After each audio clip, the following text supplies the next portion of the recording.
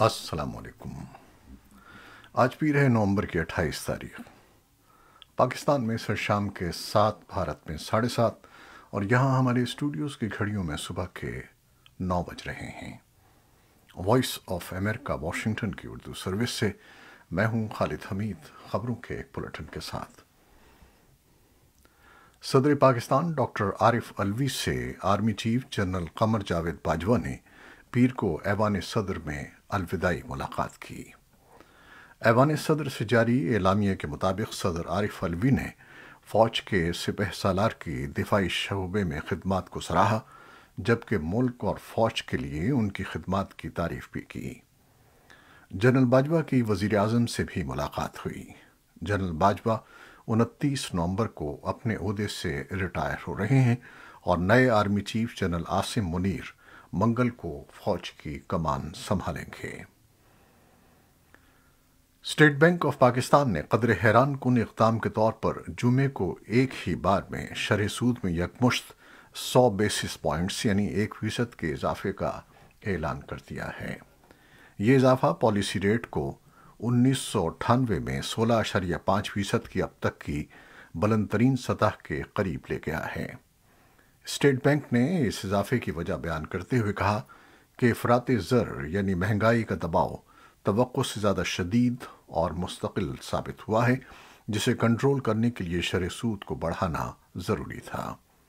تاہم بعض تجزیہ کاروں نے اس اضافے کو معاشی اور تجارتی سرگرمیوں کے لیے تباہ کن قرار دیا ہے، جس سے معیشت مزید سست ہو جائے گی۔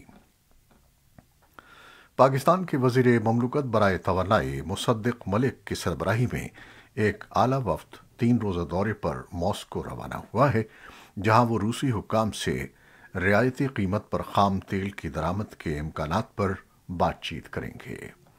توانائی کی بڑھتی ہوئی قیمتوں کے پیش نظر پاکستان کی حکومت نے روس سے سستا خام تیل خریدنے کی خواہش کا اظہار کیا تھا۔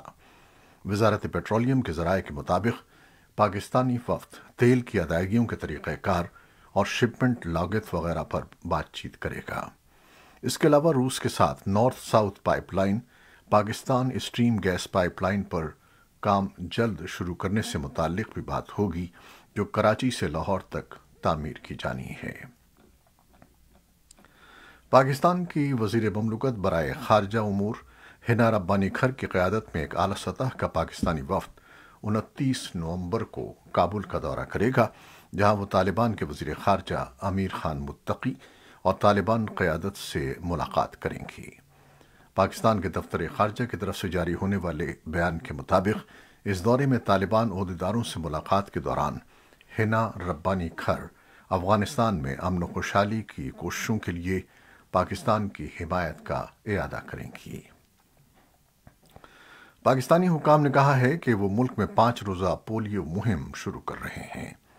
حکام نے بتایا کہ صحت کی دیکھ بھال کرنے والے 1 لاکھ کارکن آج پیر سے دارالحکومت اسلام آباد سمیت 36 ہائی رسک اضلاع میں 5 سال سے کم عمر کے 13.5 ملین بچوں کو قطرے پلانے کا کام شروع کر رہے ہیں۔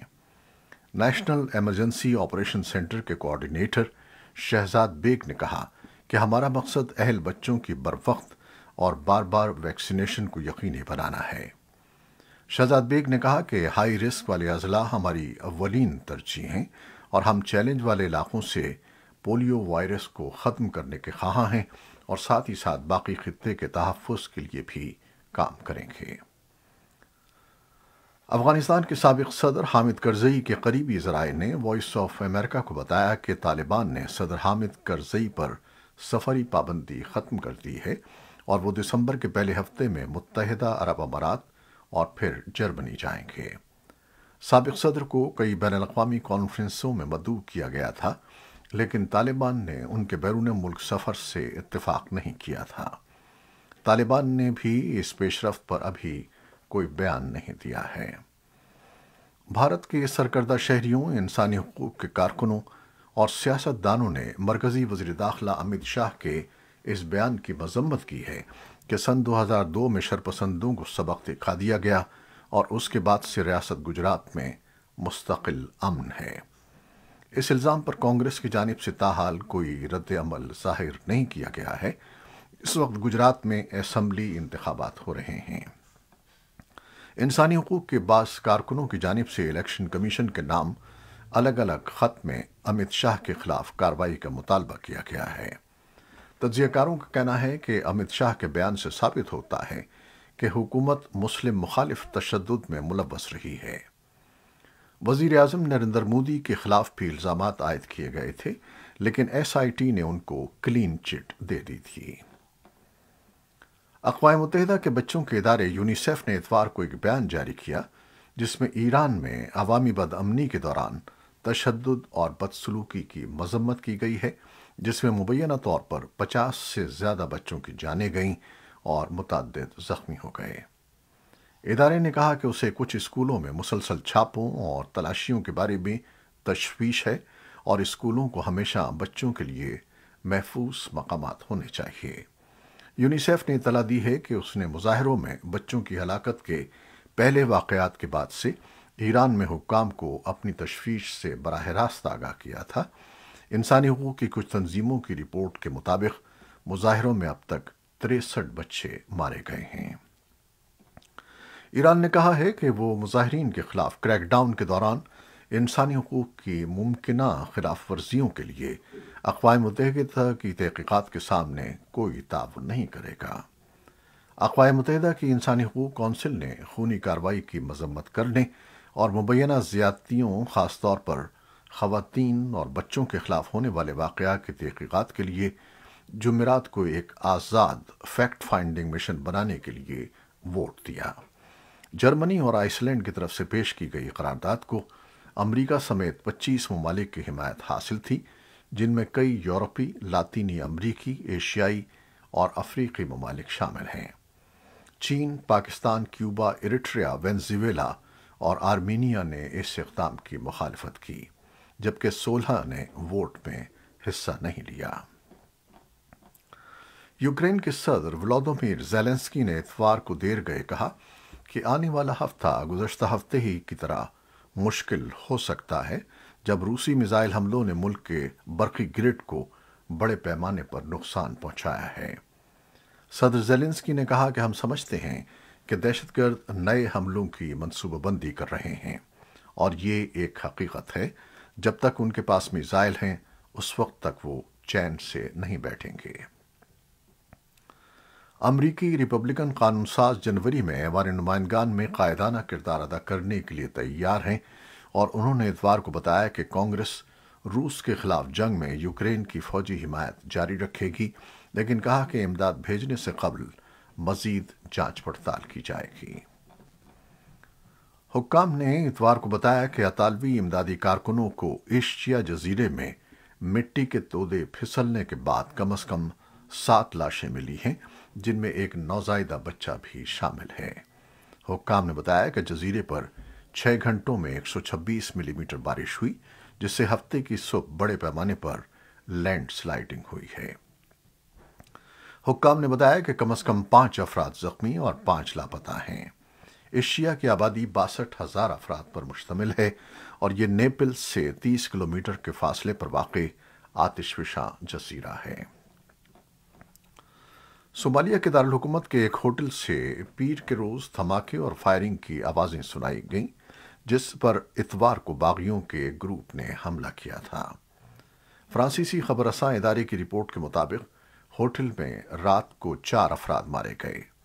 خبر رساں ادارے رائٹرز کے مطابق صومالیہ کی پارلیمنٹ نے شدت پسندوں کے ہوٹل پر حملے کی وجہ سے اپنے دونوں ایوانوں کے اجلاس منسوخ کر دیے۔ عینی شاہدین اور پولیس کے مطابق الشباب کے عسکریت پسندوں نے ولاروسا ہوٹل پر حملہ کیا، جو موغادیشو میں صدارتی محل اور قومی انٹیلی جنس ایجنسی کے زیر انتظام ایک محفوظ علاقے میں واقع ہے۔ چین کی سیکیورٹی فورسز نے پیر کو ایک غیر معمولی مظاہرے کے مقام پر لوگوں کو حراست میں لے لیا، جب حکام نے ملک بھر میں سیاسی آزادیوں اور کووڈ لاک ڈاؤن کے خاتمے کا مطالبہ کرنے والے احتجاج کو ختم کرنے کی کوشش کی۔ اس سے پہلے چین کے متعدد شہروں میں کووڈ کے لیے طویل لاک ڈاؤن سے خفا مظاہرین سڑکوں پر نکل آئے۔ ان شہروں میں شنگھائی بھی شامل تھا، جہاں مظاہرین نے کمیونسٹ پارٹی اور اس کے رہنما صدر شی جن پنگ سے مستعفی ہونے کا مطالبہ کیا۔ یہ ملکی قیادت کے خلاف غصے کا ایک منفرد مظاہرہ تھا۔ مظاہرین سنکیانگ میں لاک ڈاؤن ختم کرو کے نعرے بھی لگا رہے تھے۔ پولیس نے احتجاجی مقام پر متعدد افراد کو حراست میں لے کر پولیس کو گاڑیوں میں دھکیل دیا۔